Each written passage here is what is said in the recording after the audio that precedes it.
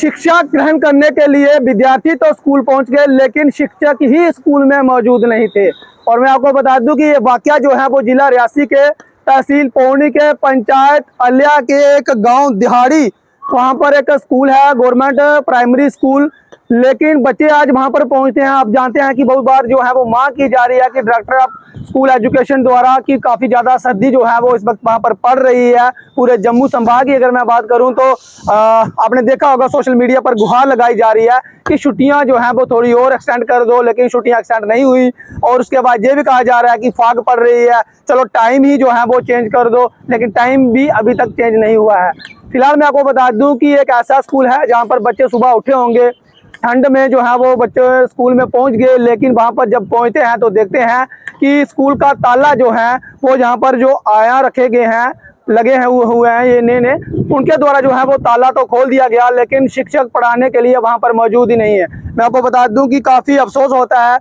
Primary school है, इसीलिए शायद बच्चे जो हैं वो गवर्नमेंट स्कूल को छोड़कर प्राइवेट स्कूलों का रुख करते हैं। क्योंकि जो जानकारी हमारे पास पहुंची है, वहाँ की सरपंच हैं, पूर्व सरपंच अल्या, सरपंच परवीन बेगम जी, इनका कहना है कि यहाँ पर हमने बात की हुई है तो इनके द्वारा कहा गया है कि यहाँ पर 3 टीचर हैं। एक प्राइमरी स्कूल में 3 टीचर हैं। एक टीचर जो है वो बीएलओ है, वो बीएलओ का काम कर रहे हैं, बहुत सारे कामकाज जो है वो बीएलओ को दिए जाते हैं।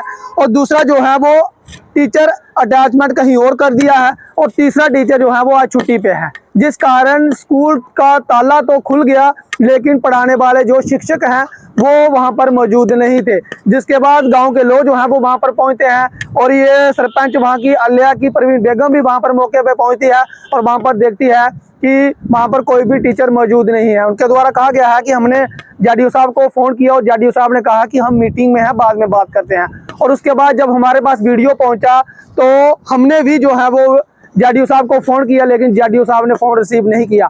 अब सारा दावोदा जो है वो इन बच्चों का भविष्य को लेकर है। उनकी ये चिंता है कि पेरेंट्स की कि हमारे बच्चे जो हैं वो किस तरह से शिक्षक होंगे, किस तरह से हमारे बच्चों का भविष्य जो है वो उज्जवल हो पाएगा, जब पढ़ाने वाले शिक्षक ही वहां पर मौजूद नहीं है। पूरे स्कूल को 3 टीचर जो है वो देखते हैं, और 3 टीचरों में से एक को अटैच कर दिया गया है, और एक टीचर को जो है वो बीएलओ बना दिया गया है, और एक टीचर जो है वो छुट्टी पे है, और पीछे स्कूल जो है वो किसके भरोसे चल रहा है।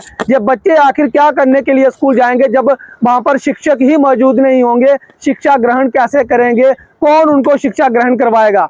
फिलहाल मैं आपको बता दूं कि ये काफी चिंताजनक बात है। इस वीडियो को ज्यादा से ज्यादा शेयर करें ताकि और भी लोगों तक ये वीडियो पहुंचे, और जेडीओ साहब भी थोड़ा ध्यान दे कि आखिर इतनी बड़ी लापरवाही जो है वो किस तरह से हो रही है। तनख्वाह तो हर महीने जो है वो निकल जाती है, जब तनख्वाह नहीं निकलती है तो ये लोग जो है वो स्ट्राइकों पर भी बैठ जाते हैं, और कम से कम 70-80 हज़ार रुपये जो है वो पे दी जाती है इन बच्चों को पढ़ाने के लिए। और जरूरत ये है कि इन स्कूलों में बच्चे कितने कितने हैं आजकल आप लोग सब जानते हैं, कि इसलिए शायद प्राइवेट स्कूलों को लोग जो है वो रुख कर रहे हैं, और सरकारी स्कूल को लोग जो है वो अवॉइड कर रहे हैं, क्योंकि वहां पर शिक्षक ही मौजूद नहीं हो रहे हैं। और बच्चों की स्ट्रेंथ जो है वो लगातार आप देख सकते हैं कि कम होती जा रही है। खासकर सरकारी स्कूलों की मैं बात कर रहा हूं, वहां पर वो जो बच्चों की स्ट्रेंथ है वो लगातार जो है वो उसे गिरावट आ रही है। इन बच्चों का भविष्य कैसे उज्जवल होगा, अपनी राय जो है वो कमेंट बॉक्स में जरूर रखें। मैं सरपंच परवीन बेगम, पंचायत अल्या, ब्लॉक पौनी, डिस्ट्रिक्ट रियासी, और गांव दिहाड़ी। ये प्राइमरी स्कूल है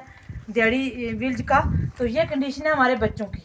तो यहाँ पे 30 बच्चे हैं, 3 टीचर हैं, यहाँ पे एक भी नहीं है। यहाँ पे एक तो बीएलओ उसकी ड्यूटी लगा ली है, शायद सर्वे ड्यूटी, तो दूसरा यहाँ से उठा के पता नहीं कहाँ भेज दिया, देवट वाली साइड में।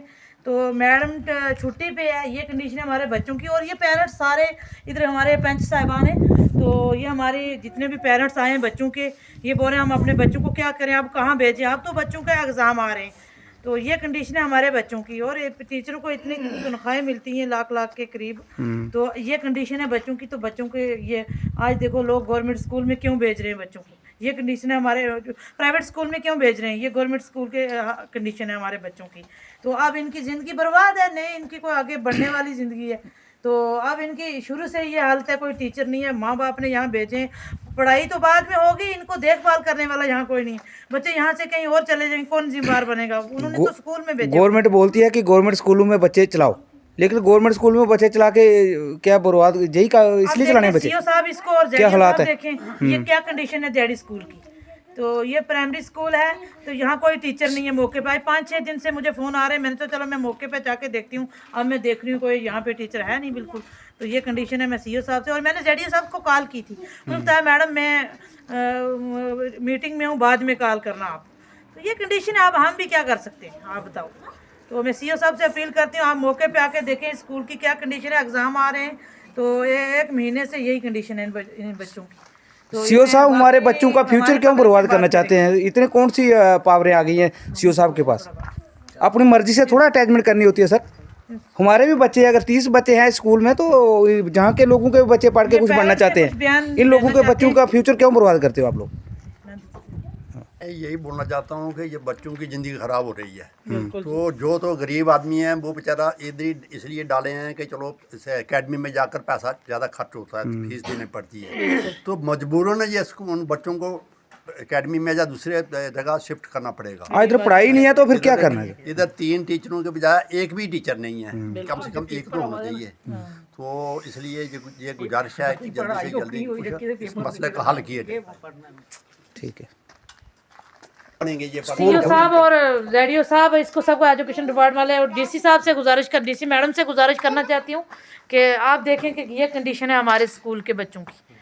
तो क्या देख रहे हैं सीईओ साहब वहाँ पे बैठ के, वो कैसे उठाते हैं उनको टीचर? क्या उनको पता है कौन नहीं से है स्कूल कि में ये क्या हाल टीचर यहाँ पे वो जरूरत है, तो कि सब सारे टीचर यहाँ से उठाते खाली हैं उनको ऑफिस नजर में बैठ के बस अपना काम चला रहे हैं, उनको दिहाड़ी लग रही है, उनको अच्छा बेसिस मिल रहे हैं, अच्छे पेमेंट मिल रही है, 1.5-2 लाख रुपए ले रहे हैं अफसर बैठ के।